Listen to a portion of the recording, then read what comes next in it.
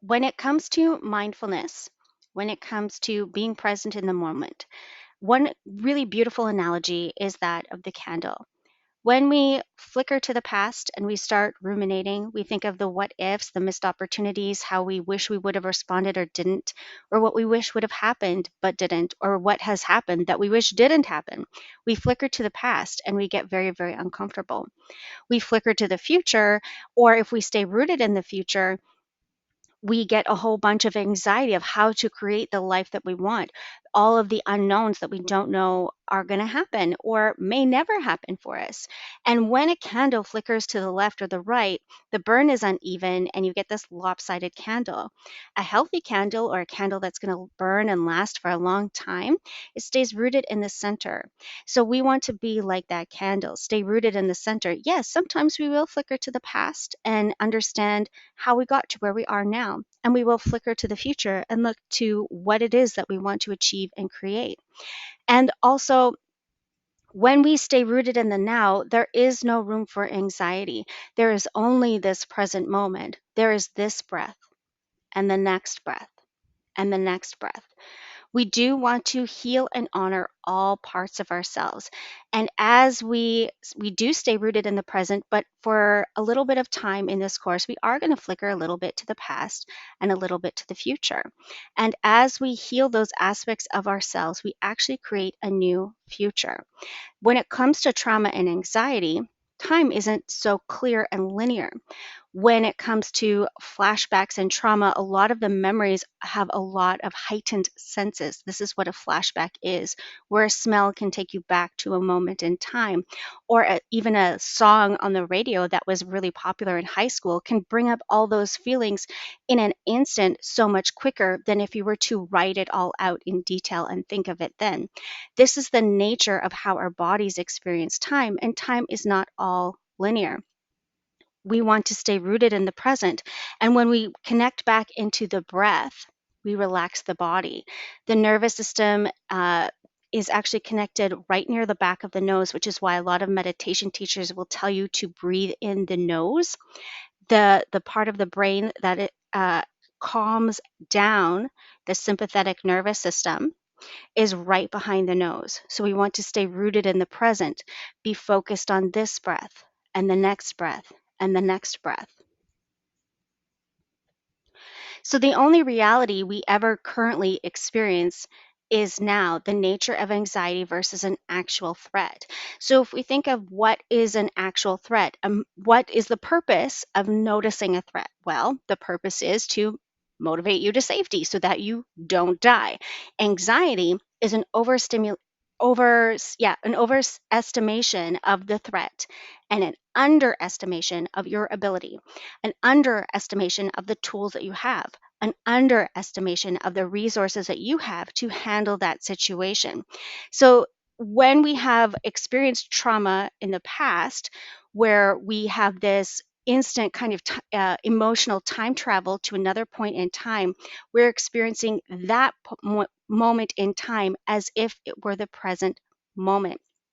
And this is an overestimation of the threat now. Your body is feeling threatened now as you were in that moment. However, this is a new moment. And so we are overestimating a previous threat, which is no longer threatening us, and an underestimation of how we have grown and the tools that we have and the access and ability we have to those tools and the resources to handle this situation now. So when you are feeling triggered, that is what's happening in your mind. You have the stimulus of maybe a song or a smell or a sight, or somebody's behavior reminds you of someone else's behavior, and emotionally you have gone back into time. And then we want to recenter on the breath or on this moment, get back into the senses of what you are experiencing now so that your emotional brain isn't time traveling.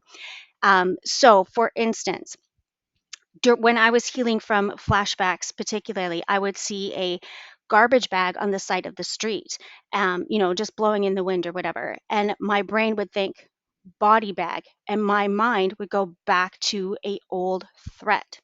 Now, that was not actually a body bag, it was a garbage bag, and it was a sunny, beautiful day. But my emotional brain went back in time. So, how do I get back to this moment now where I am not in danger and everything is actually okay and I am in a very good spot right now?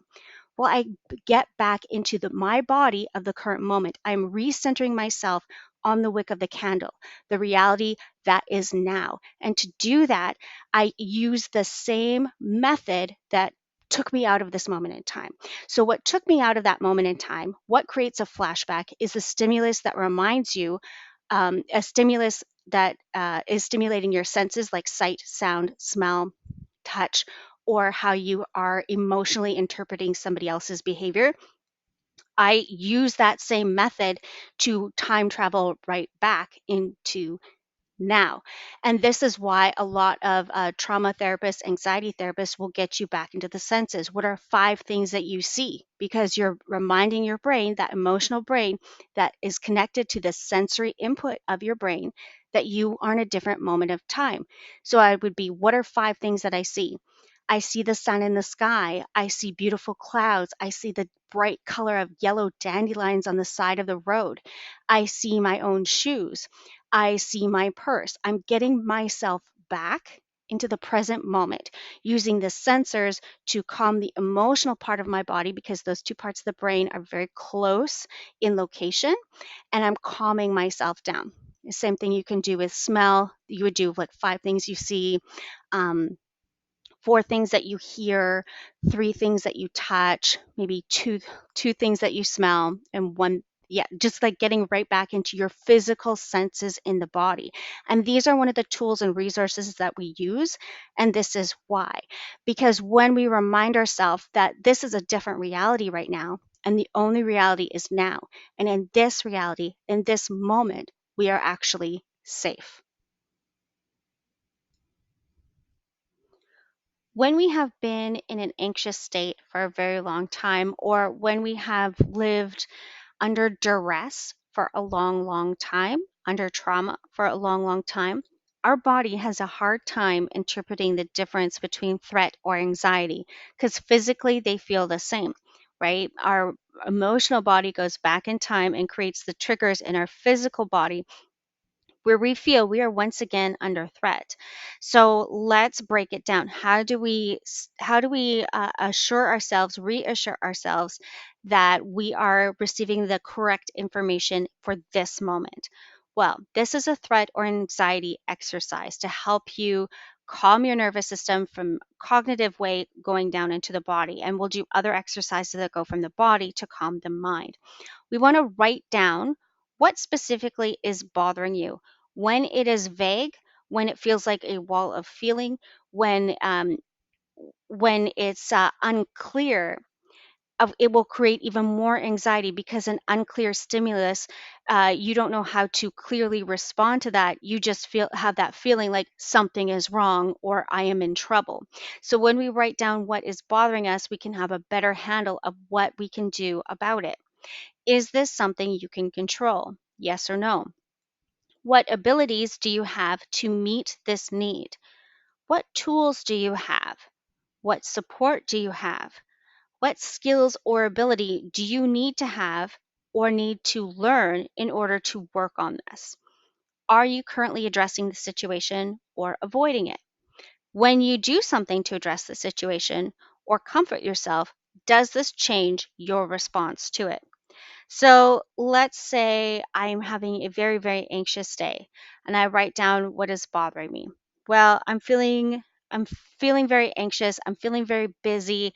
I've been doing a whole bunch of tasks for my business, a whole bunch of tasks for the kid, a whole bunch of things for the family. So what is bothering me? Mm, I haven't spent any time with myself today. Is that something I can control? Yes or no? Yes. What abilities do I have to meet this need? Well, I can take 15 minutes out and meditate or go out in the garden or just take a break and a walk. And I actually know if I do that, when I come back, I will have better focus, better mood, and I will be able to handle the situation better. So, what tools do I have? Well, I have meditation. I could go out in the garden. I could just listen to some music that would help me with my mood. What support do I have? Well, I can have my own boundaries. That's a support I can have. I have my family and be like, okay, I need you to help me with this. I need you to be responsible for that. That is a support that I have.